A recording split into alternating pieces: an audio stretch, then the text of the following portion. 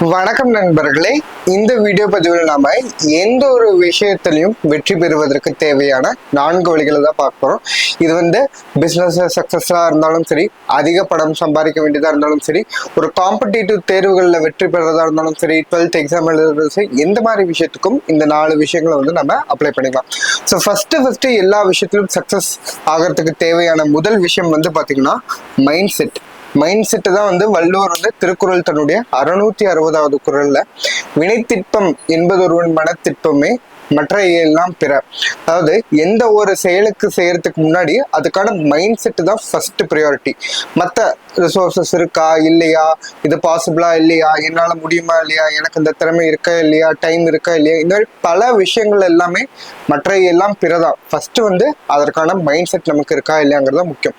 இப்போ அம்பானி உலகத்திலே top most இந்தியாவிலே நம்பர் 1 பணக்காரர் இருக்காரு அப்படின்னு பாத்தீங்கன்னா, அந்த பணக்காரருக்கான மைண்ட் செட், அந்த $1 மில்லியன் மைண்ட் செட் ஃபர்ஸ்ட் இருக்கு. அதுக்கப்புறமேட்டு தான் பணம் வருது. இதேதான் எலான் மஸ்க், வாரன் பஃபெட், யாரா இருந்தாலும் எந்த ஒரு தொழிலா இருந்தாலும் அதுல பாத்தீங்கன்னா அந்த விஷயத்துல ஃபர்ஸ்டா வர வேண்டும், நிறைய சம்பாதிக்க வேண்டும் அப்படிங்கிற மைண்ட் செட் தான் முதல்ல வருது தவிர அதுக்கப்புறமேட்டு தான் அதனுடைய சக்சஸ் வருது. முதல் விஷயம்.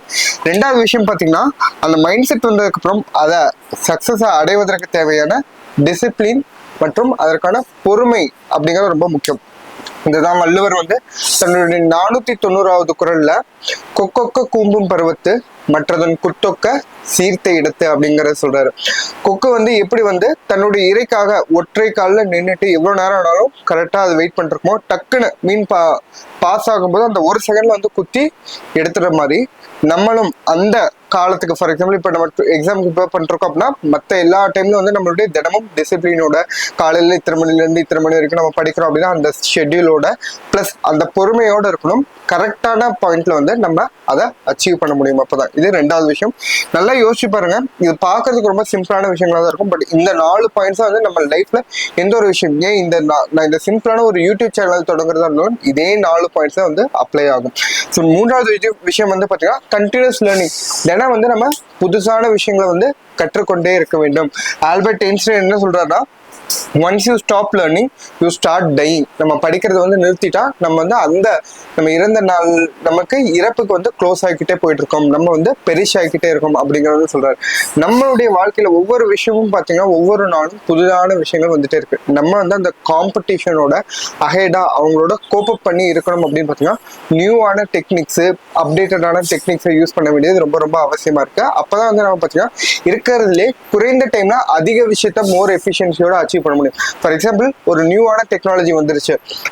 இப்போ தண்ணியை வயலுக்கு செலுத்துறதுக்கான மோட்டர் பம்ப் டெக்னாலஜி வந்துச்சுன்னா இப்பவும் நம்ம மாடை வச்சு தண்ணி சேர்ந்து பண்ணிட்டு இருந்தோம் அப்படின்னா அவங்களோட நம்ம எஃபிஷியன்டா இருக்க முடியாது. அதே மாதிரிதான் இப்போ ஃபார் எக்ஸாம்பிள் இப்போ ஜென்ரேட்டிவ் டூல்ஸ் வந்துருச்சு, நிறைய டூல்ஸ்லாம் வந்துச்சுன்னா அந்த டூல்ஸ் எல்லாம் நம்ம புதுசா கத்துக்கிட்டு அதுக்கு நம்ம யூஸ் பண்ணும்போது மட்டும்தான் மற்றவங்களோட நம்ம கோப்பப் பண்ணி எஃபிஷியன்டா அதில் சக்சஸ் ஆக முடியும். தினமும் வாழ்க்கையில எல்லா விஷயத்துலையும் புதுசான லேர்னிங் இருக்கும், அதை கற்றுக்கொண்டே நம்ம இருக்கணும். நான்காவது விஷயம் பாத்தீங்கன்னா கன்சிஸ்டன்சி. இப்ப நம்ம இப்ப வெயிட் லாஸ் பண்ணணும் அப்படின்னு பாத்தீங்கன்னா, இப்ப ஒரு நாள்ல நான் கேக் சாப்பிட்டுட்டேன், இப்போ ஒரு நாள்ல நான் ஸ்வீட் சாப்பிட்டேன், இப்போ ஒரு நாள் பீஸா பர்கர் சாப்பிட்டேன் அப்படின்னா அதனால எந்த பெரிய மாற்றமும் வராது. இப்போ நீங்க ஒரு 6 மாச ஷெட்யூல்ல இல்ல ஒரு மாச ஷெட்யூல்ல நீங்க இடையில ஒரு நாள் இந்த மாதிரி ஏதோ ஒன்று சாப்பிட்டீங்கன்னா அது எந்த விதமான பாதிப்பையும் உங்களோட டயட்ல ஏற்படுத்தாது. தினமும் உங்களுடைய உணவு பழக்கங்கள் எப்படி இருக்கு அப்படிங்கறத உங்களுடைய மொத்த பாடி டிசைட் பண்ண போகுது. இப்போ நீங்க தினமும் ஹெல்த்தியான ஃபுட் சாப்பிட்றீங்க, ஏதோ ஒரு நாள் இந்த மாதிரி ஃபுட் ஜங்க் ஃபுட் சாப்பிட்றீங்க அப்படின்னா அது உங்க ஹெல்த் கண்டிஷனை அஃபெக்டே பண்ணாது. 6 பேக்ஸா இருந்தாலும் சரி, எதுவும் இருந்தாலும் சரி. பட் ஆனா நீங்க தினமுமே ஒரு அன்ஹெல்த்தியான ஃபுட் ஹேபிட்ஸ் வச்சிருந்தீங்க மட்டும்தான் ஒரு டயபிட்டிஸ் வரதோ, ப்ரெஷர் வரதோ, இந்த மாதிரி எல்லா விஷயங்களும் வரும்.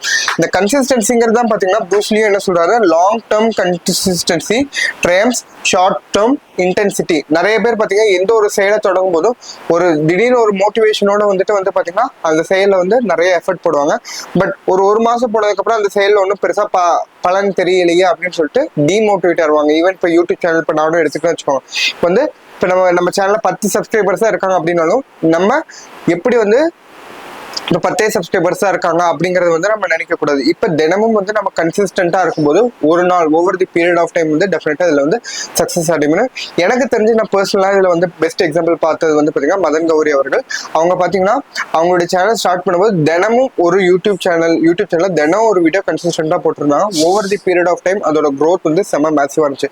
இந்த கன்சிஸ்டன்சி வந்து பாத்தீங்கன்னா இது வந்து எஃபெக்ட் காம்பவுண்ட் ஆகும்போது ஒரு ஸ்னோபால் எஃபெக்ட் மாதிரி வரும். இதான் வந்து ஐன்ஸ்டீனும் வந்து 8th வேர்ல்டு வண்டர் அப்படிங்கிற மாதிரி சொல்றாரு. ஸோ இந்த கன்சிஸ்டன்சி இருந்தா மட்டும்தான் வந்து நம்ம வாழ்க்கையில வெற்றி பெற முடியும். தினமும் ஒரு விஷயங்கள் வந்து நம்ம கன்சிஸ்டா செய்யும்போது மட்டும் தான் வெற்றி பெற முடியும். இது தவிர வெற்றிக்கு அந்த ஆள் வந்து சிறப்புலயே அவங்களுக்கு ஃபேமிலி எவ்வளவு பலம் இருக்கு, அவனுடைய டேலண்ட் எப்படி இருக்கு, அவரோட நேச்சர் எப்படி இருக்கு, இந்த மாதிரி எந்த விஷயங்களும் எந்த விதமான பொருட்படுத்தாது. அது வந்து முக்கியத்துவமே கிடையாது. இந்த 4 ஸ்டெப்பை வந்து நீங்க கண்டிப்பா ஃபாலோ பண்ணீங்கன்னா இப்போ வந்து நீங்க கண்டிப்பா வெற்றி பெறலாம். இந்த வீடியோ பதிவு உங்களுக்கு பயனுள்ளதா இருந்திருக்கும் நம்புறேன்.